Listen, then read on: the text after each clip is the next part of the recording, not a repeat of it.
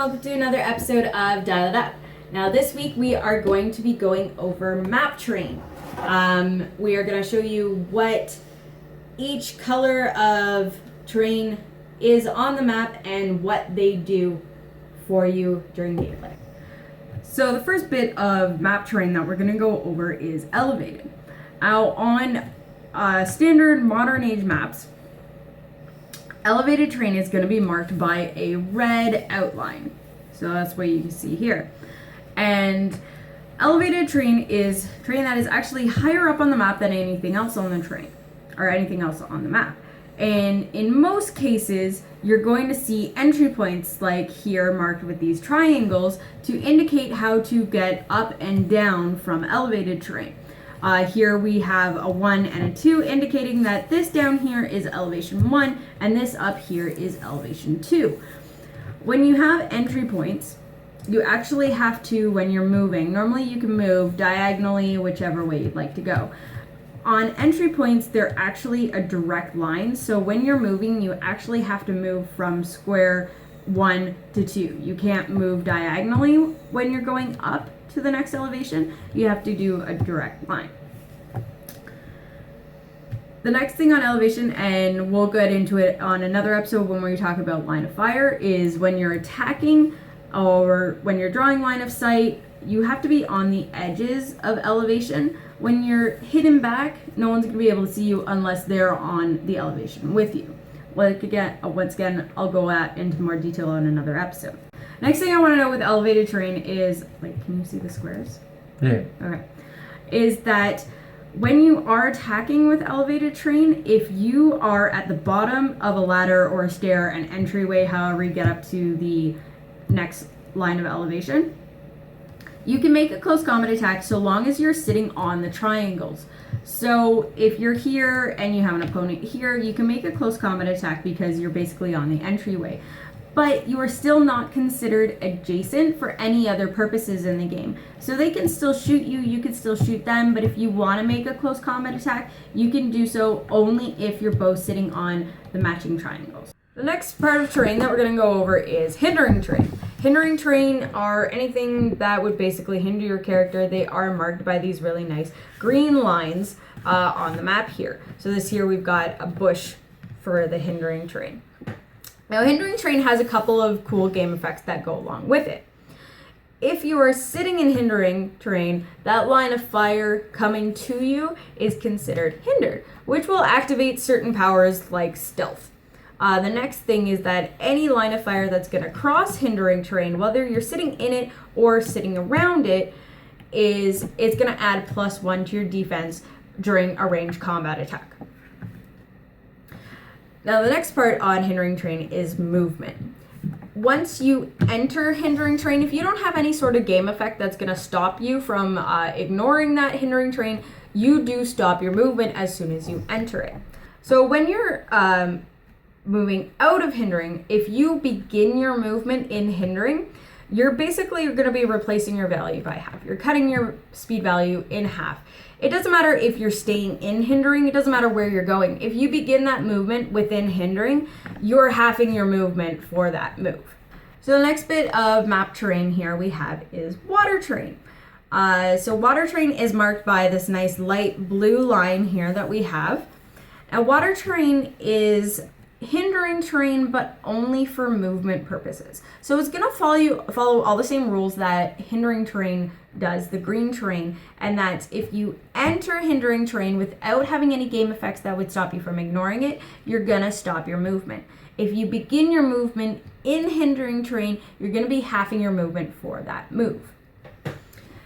The thing that is unlike regular hindering terrain is that it doesn't hinder a line of fire. So if someone's shooting at you, you're not going to get stealth, you're not going to get any bonuses, you're not going to get that +1 to your defense. It's just going to stop your movement or hinder your movement rather than hindering somebody shooting at you. So when you have a special power that says improve movement, ignore hindering, you get to ignore the water as well. But if you have improved movement, ignore water, you only ignore water, not other hindering terrain.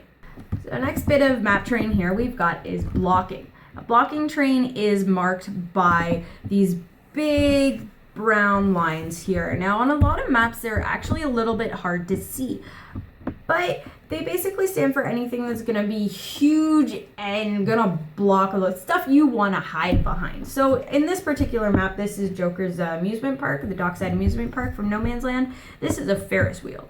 On other maps, it could be a generator or a boulder or a tank. It's gonna be things that basically, if you're hiding behind it, people aren't gonna see you. So blocking train, like I said, is that it's gonna block line of fire. So unless you have a game effect that allows you to see through these things, you're basically not gonna be able to see the person behind. Now, blocking terrain can be destroyed. It is the only standard map terrain that can actually be destroyed during the course of the game. To be able to destroy a square of blocking terrain, you just have to be able to deal 3 damage. Now, it doesn't have to be printed damage, it could be modified damage, but as long as you can deal 3 damage in a single action, you can give yourself an action to be able to attack a piece of blocking and then it'll be destroyed. In the standard starter kit, you'll be able to get debris tokens, which just show rubble with a green outline for Hindering Train, and that just gets placed on that square to show that it got destroyed, and it'll then turn it from blocking terrain to Hindering Train. And if you have a special power like the new improved movement, destroy blocking, improved targeting, destroy blocking, that's the same kind of deal. These guys are going to turn into those debris tokens and go from being blocking terrain to hindering terrain. So next bit is building off of blocking. We now have walls. Walls get a little bit tricky. They are one of those ones that do confuse players at times because walls are blocking terrain. They are considered blocking terrain for pretty much any game effect, so they can be destroyed just like blocking terrain does. When you destroy them, they turn into that hindering debris markers, and they still take that 3 damage to break, improve movement, destroy blocking, improve targeting, destroy blocking. That's going to apply to these walls. The only thing that doesn't apply to walls is if you have a special power that specifically calls out squares of blocking. If you have a power like Trinity Ward Wonder Woman has a trait or a special power that if she's next to a square of blocking, you could give her a free action to destroy it and create an object for her to carry. Now that's not going to activate on a wall because that's not a square of blocking. Her power only activates on those actual brown outlined blocking terrain. So other than specific call-outs from traits or special powers or relics or resources, anything that says squares of blocking terrain, walls are going to be treated as blocking terrain for all other game effects. So the final map terrain that we're going to go over is actually a little bit of an underused one we don't see as often, and that is outdoor versus indoor. Many maps you'll see will be, they'll list in the corner under the set name and the name of the map, whether it's an indoor map or an outdoor map. Every now and then you're going to get a map that's listed as indoor-outdoor. And how that is indicated is this line here, which is yellow. A lot of the times it's a nice bright yellow, but sometimes it can be mixed up with, there's some orange and print runs. Anyways, as long as it's here on the yellow, usually it'll be matched up with these nice thick black lines for the blocking. And anything inside the yellow is indoor terrain, and anything outside the yellow is outdoor terrain. Now this is important because when you get certain other map terrains like blocking, indoor blocking, characters like flyers and colossals, they can't go over that indoor blocking. That's going to stop them. But if it's outdoor blocking, then those can be flown over, or anybody that has the improved movement that's going to allow them to ignore outdoor blocking, that won't apply to when you have indoor blocking. So that's when you're looking at the difference between an indoor map and an outdoor map. So that was a map terrain, and hopefully that helped clear up a few things for some of our newer players, or even some of our more seasoned players with certain little tricky things when it comes down to map terrain. The only thing that I didn't go over was the orange. And that's because every time orange is on a map, it actually has its own specific rules. So I'm not going to go over every single modern map that has orange rules, but if you see an orange square, just look for the orange text at the bottom of the map and that'll let you know what that terrain is about. So if you guys have any questions, concerns, anything you think I didn't go over, just feel free to comment down below, and we'll see you next time for another episode of Dial It Up. Married with Clix is brought to you by Majestic's Heroclix sales down in Costa Mesa, California. Right now, they're in the middle of storefront change.